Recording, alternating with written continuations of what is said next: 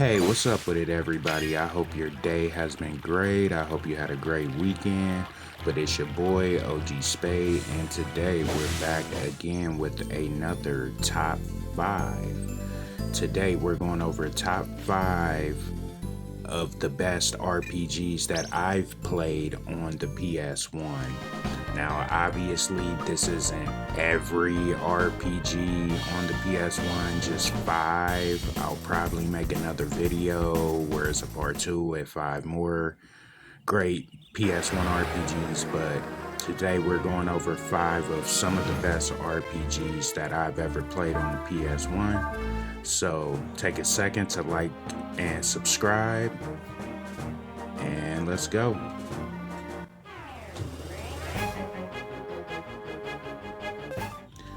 So the first one we're gonna get into is Brave Fencer Musashi, which was released in Japan in July of '98 and in the US of October of '98. It's an action-adventure RPG, and a little bit about the story. Musashi is pretty much a reincarnation of a older Musashi who defended the all-you-can-eat kingdom in the past. So you're playing as a younger version of Musashi, and basically the point of this game is to find 5 scrolls to power up your sword. The soundtrack is great. The graphics are pretty polygon-ish. Now we would look at it as not really great graphics. You know, it aged kind of bad in some aspects, but for the most part back then it was a great game when it came to the graphics, and it's pretty much comparable to Legend of Zelda. But it's a fun game. It has a lot of RPG elements. You can level up your swords, you can level up your character. This is something that isn't too expensive in retro gaming shopping, but something you guys should check out. Pretty fun game.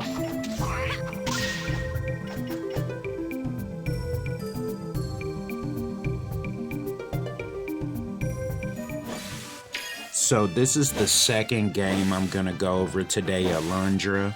It was released in Japan in April of '97 and in the US in January of '98. The protagonist is Alundra, and he has the power to enter people's dreams. He finds that out at some point in the game.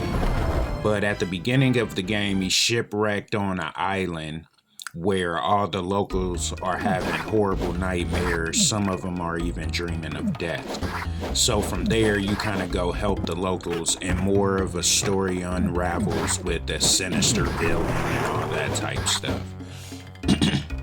So this game here is really similar to Legend of Zelda and to Landstalker. It's like a mesh in between the two, but it also has its own originality, enough of it to stand on its own as another game, as its own game.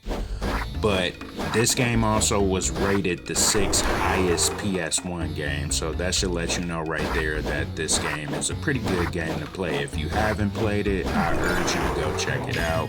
I didn't play it back in the day, but I'm playing it now. Pretty fun game. Go check it out.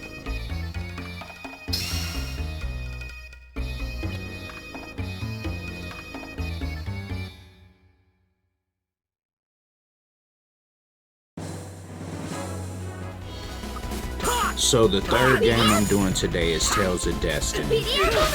It was released in Japan December '97 and in the US September '98. This game follows Stan, who ends up getting a sentient sword, which is pretty much a sword with a mind of its own. It can talk, it has its own identity. As you progress through the game, you meet similar sword wielders that have sentient swords as well. And that's pretty much where the story begins. The gameplay is really fun. It's kind of action, but it's also like a side-scroll beat 'em up during the battles. This game got criticized for its graphics back then, but I think it's a great game, a great starting point for people who haven't experienced the games in the Tales series. this game does have a lot of challenging puzzles that may require you to look up some things online or possibly even have a strategy guide handy. Fun game, worth giving it a shot.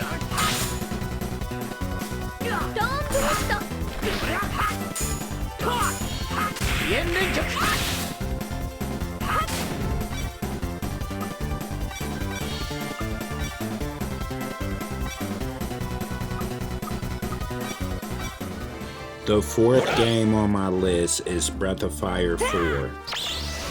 Released in April of 2000 in Japan and in the US November 2000. This game centers around Ryu, just like every other Breath of Fire, who has the ability to transform into a dragon.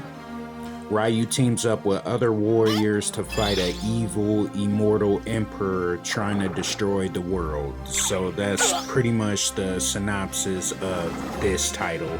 The other Breath of Fire titles are always similar, but about this game, it has beautiful 2D sprites over 3D graphics, which was a great mix and got rave reviews back then. The party battle system is awesome. You could have a character on backup and they kind of just help you out periodically, or you could switch them in and out with other characters. The camera's kind of irritating because you can change the camera angles, but sometimes you get stuck behind walls and things like that and you can't really see and you're trying to turn the camera and it's just annoying. But other than that, this is a very fun turn-based game.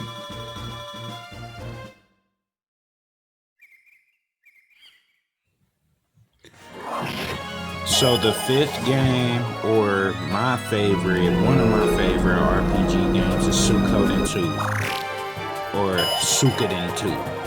Released in Japan, December of 98, and in the US, August of 99. It's pretty much the continuation of the first Suikoden. 3 years later, you play as a nameless silent protagonist who is the adopted son of a hero who saved their village from an invasion from the Highland Army years ago. And pretty much time repeats itself.